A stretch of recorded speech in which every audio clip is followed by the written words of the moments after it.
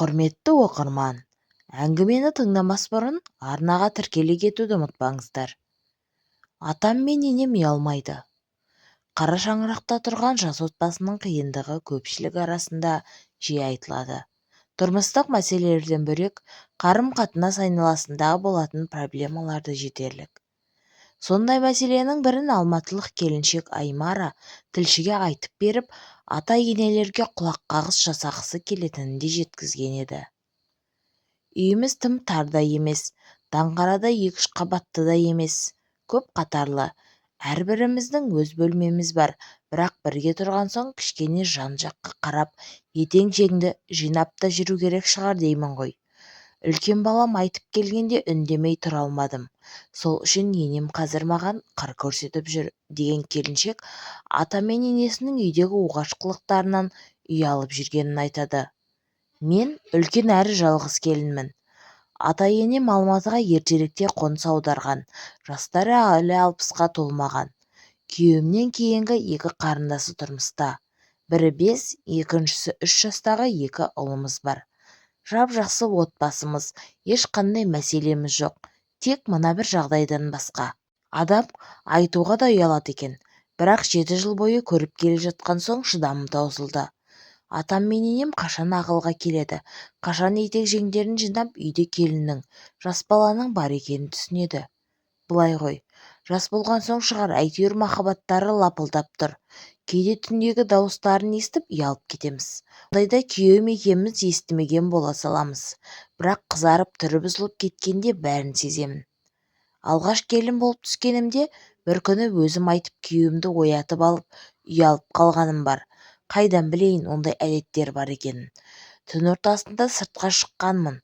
Ата-енемнің бөлмесінен ыңырсыған бір түрлі дыбыс шықты. Ауырып жатыр екен деп шошып кеттім де есігін қақтым. Енемнің даусы еді. Оңаша бөлмелері болған соң бірден кіріп бармаймын ғой. Апа, бірдеңе боп қалды ма десем үндемейді. Жүгіріп келіп күйеуімді ояттым.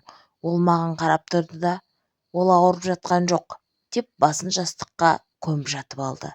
Сөйтем, басқа екен ғой, бетімнен отым шыққан-ай. Одан кейін қанша рет естідім ғой ондай дауыстарды. Таңертең шай құйғанда мен ұялып беттеріне қарай алмай отыратынмын. Қазір оған да етім үйренді. Ол ма? Екеуі кейде бір-біріне қырындап тиісіп түртіп кете салатынын көргенде жерге кіре жаздаймын, ұялғанымнан. Осы кезде екеуі ғана оңаша жүрген, балайын өткізіп жатқан жастар сияқты ұстайды өздерін. Теледидар көріп отырып сүйісе сала ма, ата мен енемнің арқасынан құшақтай сала ма, әйтеуір бітпейтін махаббат. Менің ойымша бәлкім қате шығар. Ата-ене деген келін түсірген соң, баласы ержеткеннен кейін сәл аяқ тартып ақылға келмеуші ме еді? Әлде мен тым ескілік көзқарастағы адаммын ба? Жақында үлкен ұлымда көргенін айтып келгенде тіпті жиіркеніп кеттім бе? Сондай бірдеңе сезімді бастан кештім. Балам атасы мен апасын жақсы көреді. Солардың қасына жатамын деп жылайды. Оларды аса қаламайтынын білемін, бірақ сонда да немересі қиғылық салып орталарына жатып алады. Кейде ұйықтап қалған соң әкеп тастайды. Үйімізде балалар бөлмесі жоқ болған соң қасымызға алып жатамыз. Амал жоқ. Сол ұлым таңертең балабақшаға апарып жатқанымда, мама, түнде ата мен әжемнің үстіне жатып алды, олар солай күнде ойнайды, дегенде бетімнің оты ду ете қалған-ай. Мұндай жағдайға жыныстық қатынас туралы түсіндіре алмайды екенмін әлі. Не жауап берерімді білмедім. Содан кейін балам жыласа да өзіміздің қасымызға алып жататын болдым.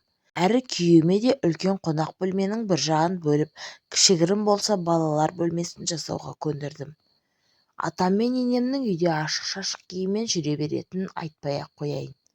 Бірақ түндегі әрекеттерінің дыбысын шығармай, келін баланың алдында өздерін әдепті ұстай жүрсе ғой, деп қана тілеймін қазір. Әйтпесе қай уақытта ыңғайсыз жағдайға тап болар екенмін деп қуыстанып жүруден шаршадым. Мың жерден махаббаттары ашылып тұрса да, бұлары тым артық қой, дейді Аймара ашуланып. Ал бұл жағдайға сіздердің ойларыңыз қалай? Комментарийға жаза кетіңіздер.